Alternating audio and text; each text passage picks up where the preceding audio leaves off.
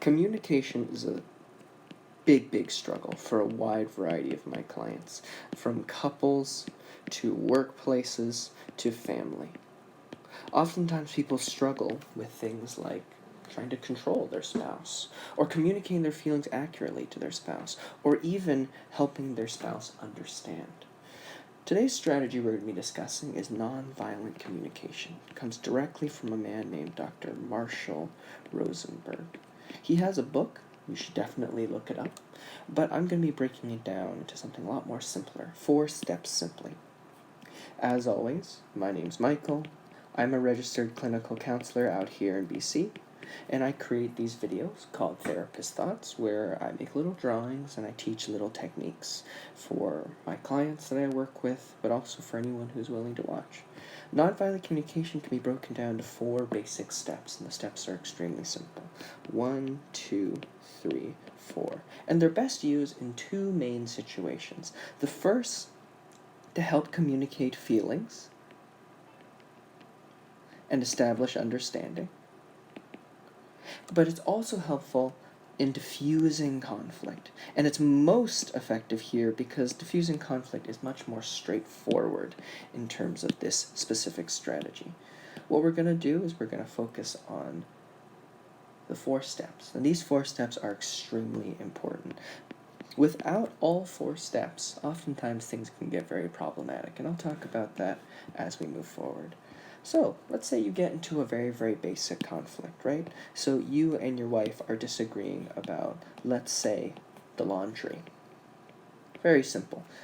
The degree of work at home and the split between, let's say, husband and wife, husband, wife and wife, whatever it is not fair. And you would like to essentially communicate that rather than getting into conflict.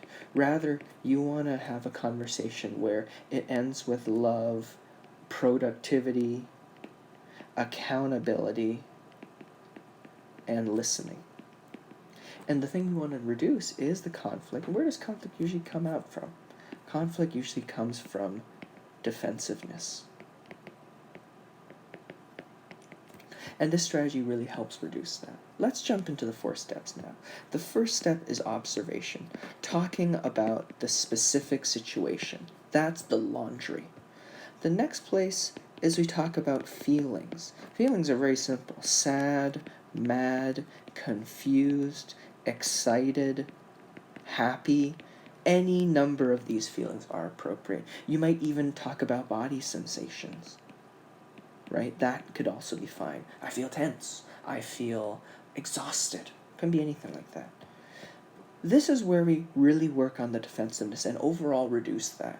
Next, we further this goal right here by talking about our needs in the relationship. What you want to stay away from here is, I need you to. Nobody needs to do the laundry. The laundry is a silly thing in general to be arguing about. What are you actually angry about? You're angry about your partner not listening to you. You're angry that the degree of work that you have to do is disproportionate to the work that they have to do. It has nothing to do with the laundry. Anyone can do the laundry. You can not do it at all, right? What it is that you don't feel connected with your partner, and you would like to communicate that better. Finally, we go into the plan. Everybody loves the plan. The plan is easy. Right? So what does this statement overall sound like? So, first of all, you're going to want to talk about the laundry. What is your partner doing specifically? Try to reference a time. Try to reference an action. Stay without judgment. No judgment at all. Right? And say objective. Honey, when you didn't do the laundry the other day after I asked you to. Very simple, right? You're talking about what they've done. You're not saying things like always. You're not saying things like never. If I tell my wife, you never do the laundry, she can reference one time where she did. So then we don't really get anywhere. Step 2, we talk about the feeling. Obviously, I'm feeling a little bit angry. The degree of work is not equal. Therefore, I feel angry. I might feel a little bit sad. And I'm definitely tense, anxious, maybe a little tired. Tension's very, very uncomfortable. 3, needs. What do you need in the relationship? In this case, it's equality, it's patience, it's listening. Number 4, final step. Remember this, very important. Always end the plan by steadying your partner, by saying, here's the plan that we're going to go through. The goal of the plan, I want to make the relationship better.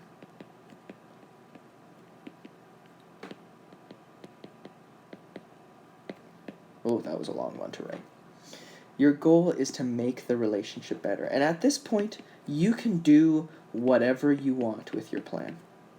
If you're successful in completing each of these steps here, you're going to be able to get what you want. And luckily, nonviolent communication doesn't really have any downsides. What does that mean? Almost everything has a downside, but nonviolent communication really doesn't. What are the top complaints that my clients have? They say that they leave certain interactions feeling very, very guilty and shameful about what they said.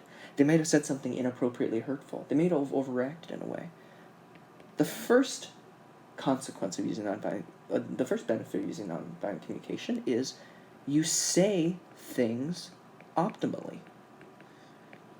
Nothing here sounds aggressive.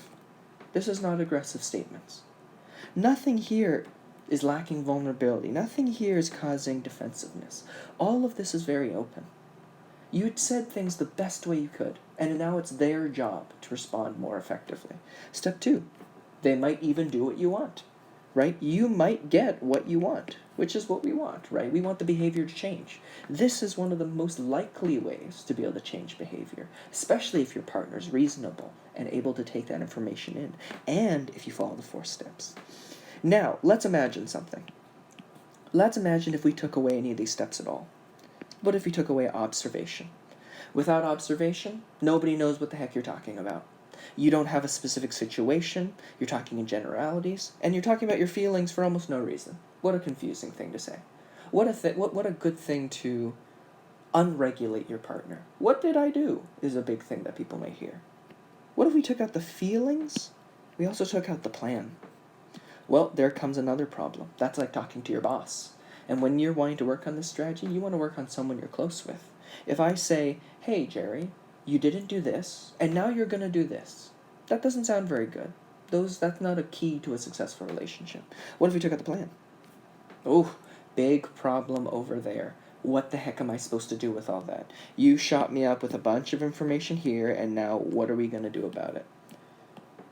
Everybody gets what they want as a result of this activity, and as a result of the activity, you're more likely to feel better about interactions in your life. One of the things that people always struggle with communication is that anxious feeling, of feeling unskilled, of feeling that they're not a master of their environment. By improving your communication skills and having a good mindfulness program and being aware and having a strategy overall, oftentimes people find a lot of stability with that. If you're struggling with communication, I recommend you get the book. If you're struggling with a current argument or a current conflict, try to practice the lessons learned in this video. If you are even going to take some homework with you, here's some homework that you can practice. Take 3 situations that you got into a conflict in. Write the 4 steps. Journal it. Process it more clearly. You need to practice. It's very important. If you have a loving partner, practice on them. Right? If you have a family member, practice on them. If you have a friend, practice on them. Practice, practice, practice is extremely key. Now, once the practice is complete, though, then try to implement. Try to put it in a practical situation. You might try it with a very simple problem or a very complex problem. I recommend simple. Get into a conflict, and not, of course, on purpose. You'll accidentally get into a conflict in your life. That's how it works. And try to implement the skill right there. The more you practice, the better you will do. A lot of these skills that I tell you about, breathing, progressive muscle relaxation, communication skills, all of them require practice. You want to get better at soccer? You got to practice soccer. So, that is the basis of today's lesson and discussion today. I wish all of you well. If you have any questions, feel free to put it in the comments down below. And of course, I hope you're well, and take care of yourself. Wow, look at this mess we made today.